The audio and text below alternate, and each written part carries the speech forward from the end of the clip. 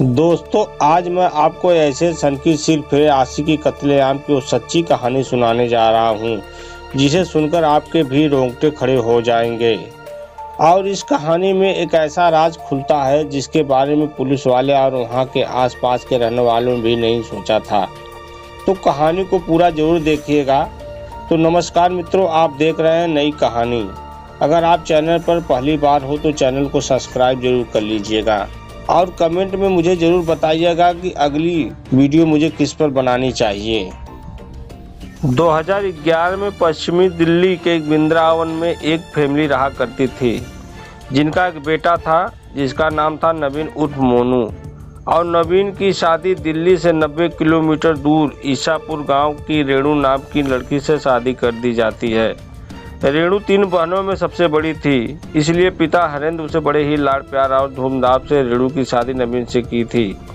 इस शादी में नवीन का चचेरा भाई रवि भी शामिल होता है और इस शादी समारोह में नवीन के चचेरे भाई रवि की नज़र पड़ती है रेणु की छोटी बहन बेबी पर।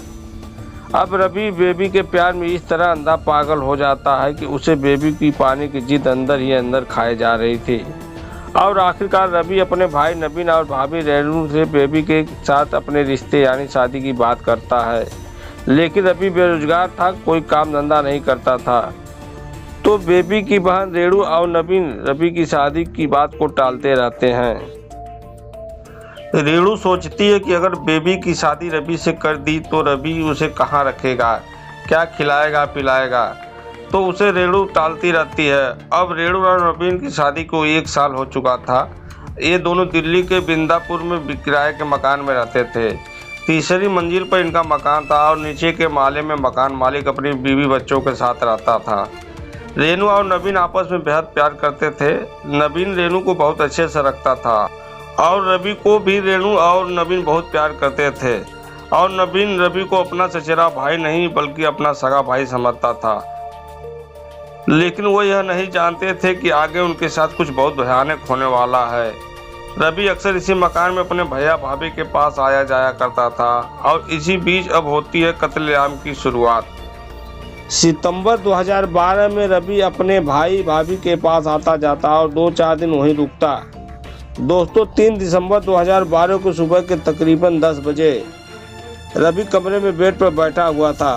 तभी रवि की भाभी रेणु जो किसी काम से बाहर गई हुई थी, तभी वो किसी काम से कमरे में आती है और कमरे में भाभी के आते ही रवि फिर भाभी से कोई दरख्वास्त करता है कि वो उसकी शादी बेबी से करवा दो। लेकिन भाभी रवि को स्पष्ट मना कर देती है, जिससे रवि को गुस्सा आ जाता है। वह पिस्टल निकाल कर एक बार फिर रेणु से पूछता है कि हमारी शादी बेबी से कराओगी कि नहीं। लेकिन रेणु मना कर देती है। लेकिन रेणु जैसे ही मना करती है रवि उस पर गोली चला देता है। रेणु भाभी वहीं पर गिर जाती हैं और उनकी वहीं पर मौके पर मौत हो जाती है। गोली चली तो गोली की आवाज़ उसे घर में गूंजती है और गोली की आवाज़ सुनकर नीचे रह रही मकान मालिक की पत्नी शीला वहां आती है और सामने का मंजर देखी तो घबरा जाती है। सामने रेणु लहूलुहान पड़ी थी और पास में हाथ में पिस्टल लिए रवि खड़ा था। यह देखकर मकान मालिक शीला वहां से भागती है, लेकिन रवि को लगा कि सभी को बुलाएगी और जैसे ही सीढ़ियों के पास पहुंची रवि उसे एक के बाद एक 3 गोली मार देता है और शीला भी वहीं पर गिर जाती है और शीला की भी मौके पर ही मौत हो जाती है। फिर गोली की आवाज़ सुनकर शीला का बेटा दिनेश ऊपर आ जाता है और यह सब देखकर वह भी घबरा जाता है। लेकिन रवि उसे धमकाकर किसी को कुछ नहीं बताएगा कहकर छोड़ देता है। रवि तुरंत नीचे उतरता है और बाहर खड़ी सेंट्रो कार लेकर भाग जाता है। सेंट्रो कार को ले जाकर 1 किलोमीटर दूर खड़ा कर देता है और कार से उतरकर एक आदमी को पिस्टल दिखाकर उसकी बाइक छीन लेता है। और अब रवि निकल पड़ता है 90 किलोमीटर दूर ईसापुर गांव की ओर, जिस गांव में लड़की बेबी रहा करती थी, जिसके प्यार में वो अब तक 2 कत्ल कर चुका था। इधर पुलिस को बिंदापुर में 2 कत्ल की खबर मिलती है। पुलिस मौके पर पहुंचकर तफ्तीश में जुट जाती है। इस पूरे मामले को 1.5 से 2 घंटे बीत चुका था। शीला का बेटा दिनेश एकमात्र चश्मदीद गवाह था जिसने पुलिस को पूरी घटना के बारे में बताया और साथ में दिनेश ने रेणु की बहन और पापा को भी रेणु के कत्ल की खबर देता है। रेणु के पापा हरेंद्र और बहन बेबी दिल्ली की ओर जाने की तैयारी कर ही रहे थे कि इतने देर में उनके घर के सामने एक बाइक आकर रुकती है। बाइक से रवि उतरता है। रेणु के पापा बाहर जाते हैं क्योंकि रवि पहले भी नवीन के साथ कई बार उनके घर आ जा चुका था, तो घर वाले उसको जानते थे कि वो नवीन का चचेरा भाई है। लेकिन कुछ बातचीत शुरू होती इससे पहले ही रवि हरेंद्र से पूछता है कि क्या आप मेरी शादी बेबी से करवाओगे। यह सुनकर हरेंद्र को गुस्सा आ जाता है कि अभी एक तरफ से खबर आई है कि किसी ने मेरी बेटी को गोली मार दी है और उसकी मौत हो चुकी है, और कितनी बार मना करने के बाद भी तुम यह बेहूदी बात कर रहे हो, तुम्हें शर्म नहीं आ रही है। यह सुनकर रवि को गुस्सा आ जाता है और रवि हरेंद्र पर वहीं पर गोली मार देता है। यह सब कुछ घर के अंदर खड़ी बेबी देख रही थी।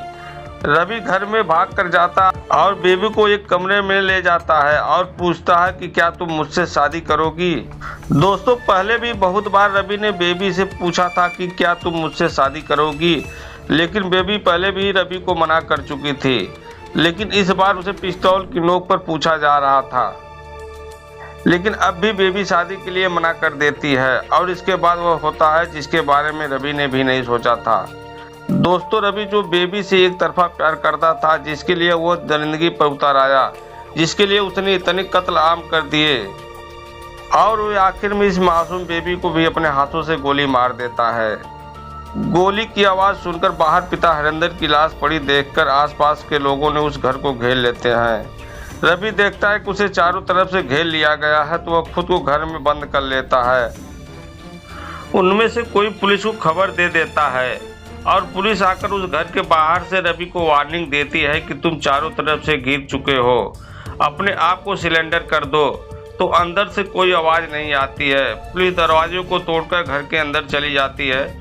जब वह उस कमरे में पहुंचती है जहां पर रवि बेबी को लेकर गया था, तो वहां का मंजर देखकर पुलिस भी चौंक जाती है, क्योंकि सामने फर्श पर बेबी की लाश पड़ी थी और उसी के पास में पड़ी थी रवि की लाश, जिसने बेबी को मारकर खुद को भी गोली मार ली थी। लेकिन दोस्तों, अब होती है सबसे अजीब बात, जिस कारण पुलिस पर भी सवाल उठाए जाते हैं। दिल्ली में 2 लाश पड़ी थी और इधर 3 लाश पड़ी थी, और तभी सभी को ख्याल आया कि रेणु का पति नवीन कहाँ है। परिवार में खलबली मच जाती है। सभी नवीन को ढूंढने में लग जाते हैं, लेकिन नवीन का कहीं भी पता नहीं चलता है। पुलिस वाले और लोग यह सोचने पर मजबूर हो जाते हैं कि कहीं इस खेल का मतलब तो कुछ और नहीं है, कहीं नवीन तो रवि के साथ नहीं मिला हुआ है, कहीं सबके कत्ल के पीछे नवीन का हाथ तो नहीं है, या कहीं नवीन के साथ रवि ने कुछ बुरा तो नहीं कर दिया है। लोगों को लग रहा था कि पुलिस सही ढंग से जांच नहीं कर रही है, तो पुलिस के खिलाफ लोगों ने नारे लगाने शुरू कर दिए कि आखिर में नवीन को पुलिस क्यों नहीं ढूंढ रही है। तब तक रात के तकरीबन 11 बज चुके थे। दोनों लाशों को घर से जांच के लिए ले जाया जा चुका था। रिश्तेदारों और पड़ोसियों की भीड़ इतनी रात के वक्त भी घर के नीचे लगी हुई थी, और यह कहीं ना कहीं पुलिस की चूक रह गई थी। उन्होंने सुबह के बाद घर की सही से जांच नहीं की थी।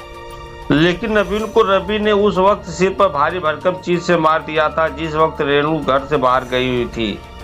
और जब 45 मिनट के बाद रेणु घर पर लौटती है, तो नवीन को मारकर उसी बेड के नीचे डालकर वह बेड के ऊपर बैठा हुआ था।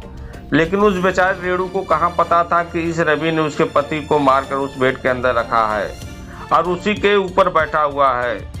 इसके बाद रवि रेणु और सभी का कत्लेआम करता है, क्योंकि उसकी सोच थी कि उसके और बेबी के बीच में आने वाले सभी लोगों को वह मार देगा, और यह हुआ भी, और उसके बीच में आने वाले सभी को वह मार देता है। आखिर में वह बेबी को मारकर खुद को भी गोली मार देता है। यह पूरा केस रवि के मरने के बाद बंद हो जाता है। तो दोस्तों, एक तरफा प्यार जब किसी के दिल और दिमाग पर जब हावी होता है, तो वह अक्सर ऐसा अपराध कर देता है। तो दोस्तों, चैनल को लाइक और सब्सक्राइब करना मत भूलिएगा। मिलते हैं फिर ऐसे ही किसी कहानी के साथ। तब तक के लिए नमस्कार।